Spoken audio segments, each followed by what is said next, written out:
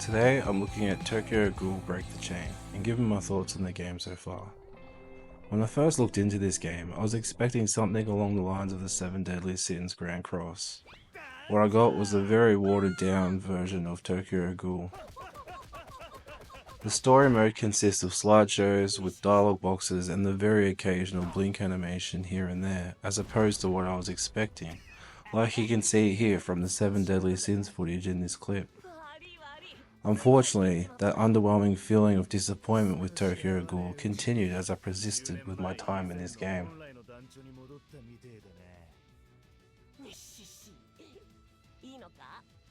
This footage runs for a bit.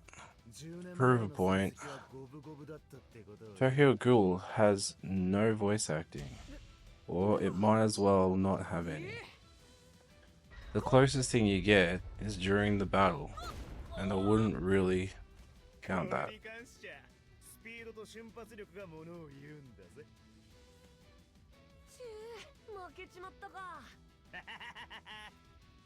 The story mode isn't really even the main mode you'll be spending most of your time playing in this game.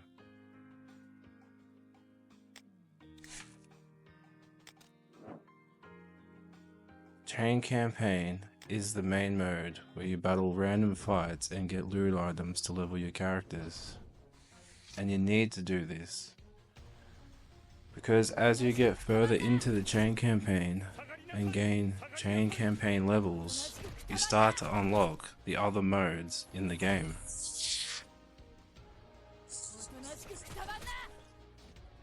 Like the PvP, the boss raids, and the other content in the game, which are level locked behind the Chain Campaign levels. PvP is advertised as real-time PvP in the Google Play Store. Yet, when you enter the PvP battle, you're locked into autoplay, so strategy goes out the window. Not that there's much of that in the first place. But what makes it worse, and an insult to injury, PvP has a skip option, just to prove that they aren't even trying to hide the lie that's advertised on the Play Store about PvP being real time.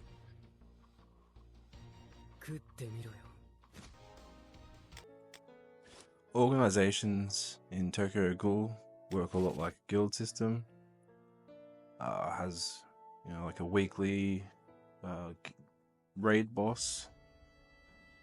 You do raid boss, get rewards, pretty standard.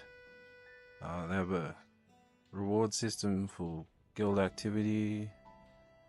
Also has a supply missions where you make coffees and you get rewarded for supplying coffee. So if you've ever wanted to be a flesh-eating monster that supplies coffee, yeah, you can do that in this game. It's really good for you there. Yeah, that's organizations. Conquest battle, 2 teams battle. Nothing really new. The rewards are okay. You have a limit of 3 fights. There's World Boss, which is a weekly event. You deal as much damage as you can within 3 turns. And you get rewarded for that. There's a assignment mode where you can send off your characters on timed assignments. You gain rewards while sending them out doing missions. The missions usually are like 10 to 15 minutes. They spawn bosses every now and then. And you try and damage the bosses. I think it's 6 turns on that. Those bosses can also be shared if you don't finish the boss off. There's also a bingo system which allows for extra rewards. You can also farm gold and resources to level your characters faster in the materials instance, as long as you have stamina, which isn't too bad.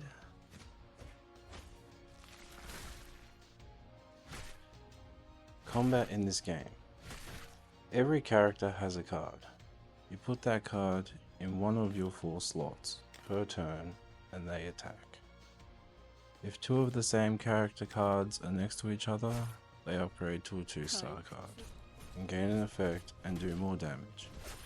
If 2 2-star cards are next to each other, they become a 3-star card and gain more damage again. There's also a strength and weakness system. Red beats green, green beats blue, blue beats red. Hit a weakness enough times and you can cause a stun. One cool mechanic the game does is if you get stunned and you are able to arrange your cards to trigger a 3-star card, you immediately break your character out of the stun lock. One downside of this system is all characters only have 1 attack card. By upgrading your cards, your character does do 1 extra hit.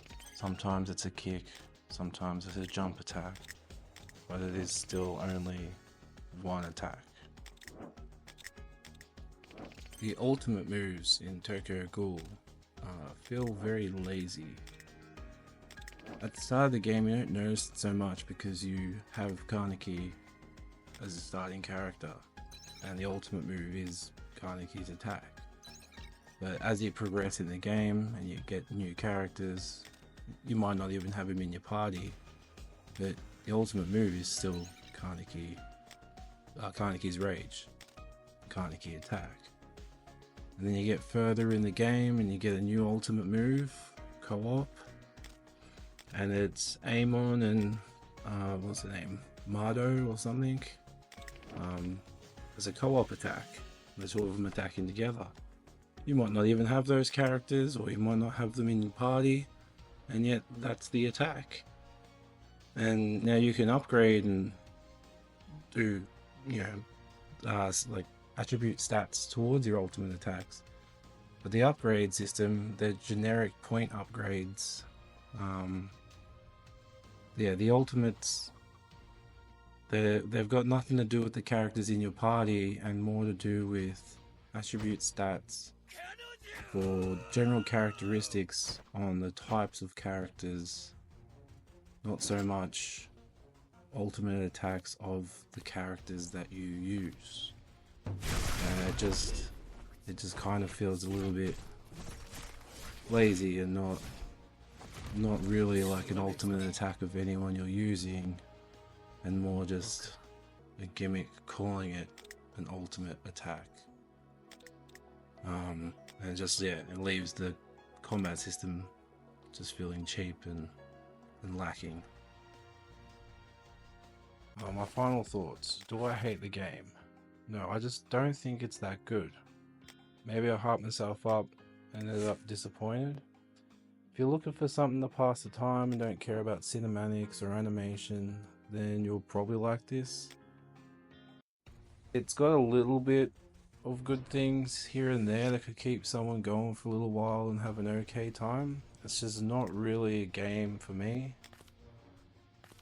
I feel like it's a bit of a cash grab in many ways. I'm not really one for putting like a number rating to things, but I feel like it's pretty much a below average game in many aspects. I just did not feel like it was very good. So I'd like to say thanks for watching my video, and leave a like and subscribe if you enjoyed it, and thank you.